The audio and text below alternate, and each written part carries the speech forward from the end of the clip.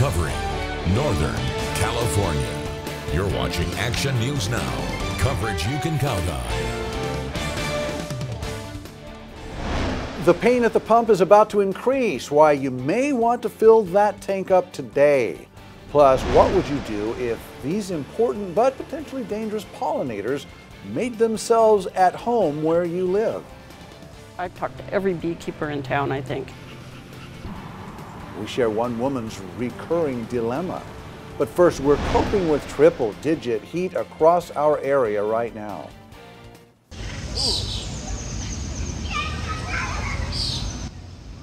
That sounds peaceful. Families searching for any way they can to cool down and make the brutal weather a bit more bearable. You can see people getting good use of Sycamore Pool at Chico's 1 mile.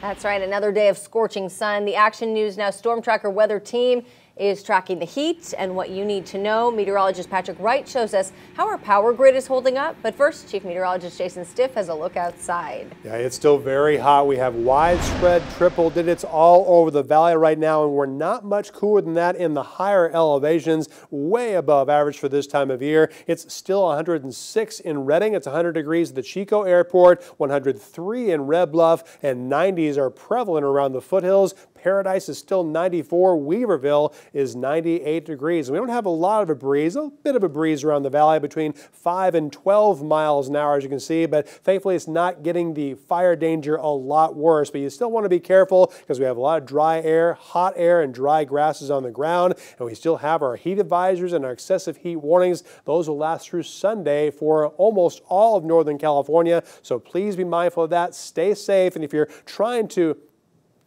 seek a little bit of cooling from all the heat and you go into our bodies of water, keep in mind that meltwater is extremely cold, much colder than the outside air, so make sure you stay safe this weekend.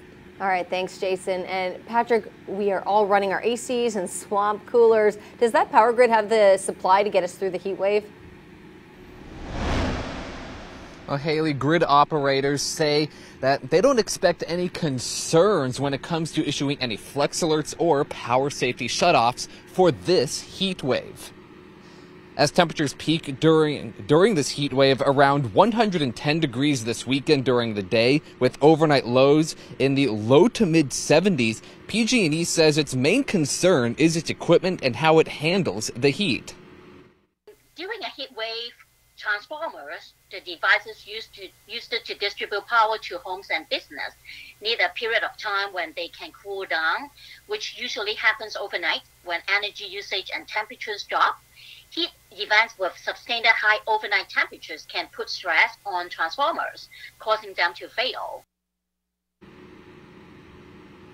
Even though the demand is forecasted to remain below the capacity, PG&E still requests people to conserve power when they can.